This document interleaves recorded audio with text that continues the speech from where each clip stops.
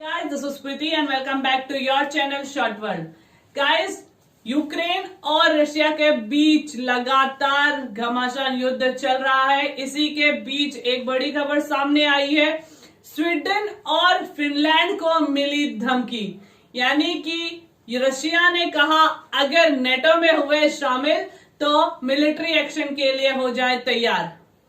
Russia की प्रवक्ता, defence प्रवक्ता मारिया जाखारोवा ने कहा है कि कोई भी देश अपनी सुरक्षा के लिए दूसरे देश की सुरक्षा को खतरे में डालकर अपना आधार नहीं बनाना चाहिए। यानी कि अगर स्वीडन और फिनलैंड नाटो में शामिल होते हैं तो मिलिट्री एक्शन के लिए तैयार रहें और इसके परिणाम को झेलने के लिए भी तैयार रहें।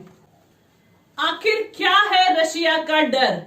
क्यों रशिया बार बार सबको धमकी देकर यह बताना चाहता है कि नाटो से दूर रहे या नाटो से बाकी देशों की सदस्यता रशिया को क्यों पसंद नहीं है? तो जानने के लिए देखिए, इससे पहले कि मैं आपको बता चुकी हूं कि नाटो एक ऐसा संगठन है, एक ऐसा आर्मी संगठन है, ऐसा आर्मी ऑर्गेनाइजेशन है जो कि अमेरिका के अंडर आता है। और नेटो में जितने भी सदस्य कंट्रीज है, अगर उनमें से किसी पर भी हमला होता है तो सारे के सारे सदस्य कंट्री मिलकर उस पर कार्रवाई करते हैं। तो नेटो जो कि है नॉर्थ अटलांटिक ट्रीटी ऑर्गेनाइजेशन, और इसके अभी तक के जो मेंबर है वो 28 मेंबर हैं, और इसका जो नेतृत्व है वो अमेरिका, ब्रिटेन, यूरोपियन यूनियन, इन सब के अंडर आता है। नेटो रहा है। आपको मैं शीत युद्ध की बात बता दूं, यानी कि कोल्ड वॉर जब सेकेंड वर्ल्ड वॉर हुआ था तो उसके बाद दुनिया दो खेमों में बंट गई थी। एक खेमे में थे अमेरिका और वेस्टर्न कंट्रीज, और दूसरे खेमे में थे रशिया, यानी कि सोवियत यूनियन और बाकी कंट्रीज।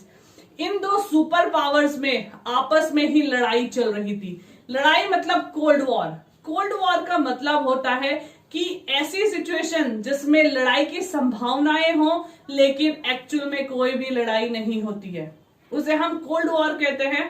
तो इस तरीके का कोल्ड वॉर कब दोनों देशों के बीच में कब शुरू हुआ, कब खत्म हुआ, इसकी कोई निश्चित तारीखें नहीं है, लेकिन ये चलता गया। दोनों ने अपनी पावर्स को बढ़ाते गए। इसी के बीच में नाटो का जो है निर्माण हुआ, नाटो बना। 4 अप्रैल 1949 में नाटो बना, जिसमें कि अमेरिका और बाकी की वेस्टर्न कंट्रीज थी। पहले नाटो में सिर्फ वेस्टर्न कंट्रीज थी, अब वो धीरे धीरे करके ईस्टर्न कंट्रीज को भी अपने में शामिल कर रहा है। यही वजह है रशिया के डर की या रशिया के खौफ की, जिसमें कि रशिया नहीं चाहता कि उसका पड़ोसी देश नाटो में शामिल हो जाए और नेटो की जो सेना है वो रशिया के बॉर्डर तक पहुंच जाए। इसी वजह से रशिया ने यूक्रेन पर हमला किया और स्वीडन और फिनलैंड को भी धमकी दे डाली, क्योंकि रशिया नहीं चाहता कि अमेरिका और पावरफुल हो। नेटो और रशिया, अमेरिका, सबके बारे में हमने आपको पूरी जानकारी दे दी है। अगर वीडियो पसंद आती है तो लाइक, शेयर एंड सब्सक्राइब करना मत भूलिए।